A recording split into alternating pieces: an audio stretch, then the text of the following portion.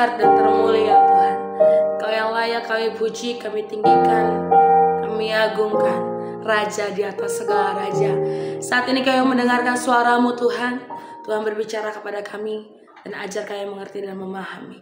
Dalam nama Tuhan Yesus kami berdoa dan mengucap syukur. Haleluya. Amin. Shalom Bapak Ibu dan Saudara-saudari, kita berjumpa kembali di dalam Perenungan Intim dengan Allah, yang pada kesempatan ini akan membahas sebuah tema, Dia berkemah di antara kita. Firman Tuhan yang akan kita pelajari bersama terdapat pada Yohanes 1, ayatnya yang pertama sampai dengan ayatnya yang ke-14. Berikut adalah firman Tuhan di dalam Yohanes 1, ayatnya yang pertama sampai dengan ayatnya yang ke-14. Firman yang telah menjadi manusia. Pada mulanya adalah firman. Firman itu bersama-sama dengan Allah dan firman itu adalah Allah. Ia pada mulanya bersama-sama dengan Allah. Segala sesuatu dijadikan oleh Dia, dan tanpa Dia tidak ada satupun yang telah jadi dari segala yang telah dijadikan. Dalam Dia ada hidup, dan hidup itu adalah terang manusia. Terang itu bercahaya di dalam kegelapan, dan kegelapan itu tidak menguasainya. Datanglah seorang yang diutus Allah, namanya Yohanes. Ia datang sebagai saksi untuk memberi kesaksian tentang terang itu, supaya oleh Dia semua orang menjadi percaya. Ia bukan terang itu, tetapi ia harus memberi kesaksian tentang terang itu. Terang yang sesungguhnya, yang menerangi setiap orang, sedang datang ke dalam dunia. Ia telah ada di dalam dunia, dan dunia dijadikan olehnya, tetapi dunia tidak mengenalnya. Ia datang kepada milik kepunyaannya, tetapi orang-orang kepunyaannya itu tidak menerimanya. Tetapi semua orang yang menerimanya diberinya kuasa supaya menjadi anak-anak Allah, yaitu mereka yang percaya dalam namanya. Orang-orang yang diperanakan bukan dari darah atau dari daging, bukan pula secara jasmani oleh keinginan seorang laki-laki, melainkan dari Allah. Firman itu telah menjadi manusia dan diam di antara kita, dan kita telah melihat kemuliaannya, yaitu kemuliaan yang diberikan kepadanya sebagai anak tunggal Bapa, penuh kasih karunia dan kebenaran. Demikianlah pembacaan firman Tuhan. Berbahagialah kita yang mendengarnya dan tekun melaksanakannya. Bapak, Ibu, dan Saudara-saudari, Injil Yohanes yang kita baca pada hari ini dimulai dengan memperkenalkan Yesus Kristus sebagai firman yang kekal, yang bersama-sama dengan Allah dan adalah Allah sendiri. Ayat ini menegaskan keilahian Kristus dan perannya dalam mencipta serta karya penyelamatan umat manusia. Dalam Yohanes 1 ayat 14, kita membaca bahwa firman itu telah menjadi manusia dan diam di antara kita. Pernyataan ini memberikan perhatian khusus akan inkarnasi Kristus, di mana Allah mengambil rupa manusia dan tinggal di tengah-tengah umatnya. Kehadiran Kristus sebagai manusia yang hidup dan beraktivitas di antara manusia secara fisik adalah perwujudan kasih karunia Allah yang agung. Allah yang transenden, Allah yang berada jauh dan melampaui alam semesta, tidak terbatas oleh ruang dan waktu, serta tidak dapat sepenuhnya dipahami oleh manusia, menjadi imanen. Allah hadir secara nyata dan aktif di dalam dunia, dekat dengan manusia, dan terlibat dalam kehidupan manusia secara langsung, hadir secara nyata di antara manusia untuk menyatakan kasih dan kebenarannya. Melalui Kristus, Allah tidak lagi jauh, melainkan dekat, dan dapat dijangkau oleh setiap orang yang percaya. Bapak, Ibu, dan Saudara-saudari, Yohanes memulai tulisannya dengan pernyataan, pada mulanya adalah firman. Firman itu bersama-sama dengan Allah, dan firman itu adalah Allah. Kata firman yang di dalam bahasa Yunani disebut logos, mengacu kepada Yesus Kristus yang sejak dari kekekalan telah bersama-sama dengan Allah dan adalah Allah sendiri. Ini menegaskan bahwa Kristus bukanlah makhluk ciptaan, melainkan pribadi ilahi yang kekal. Kristus adalah firman yang kekal yang olehnya segala sesuatu diciptakan. Dengan demikian, Kristus adalah sumber kehidupan dan terang bagi manusia. Yohanes kemudian melanjutkan dengan menyatakan bahwa dalam Dia ada hidup, dan hidup itu adalah terang manusia. Kristus adalah sumber kehidupan rohani dan terang yang menerangi hati manusia yang gelap oleh dosa. Namun kegelapan itu tidak menguasainya.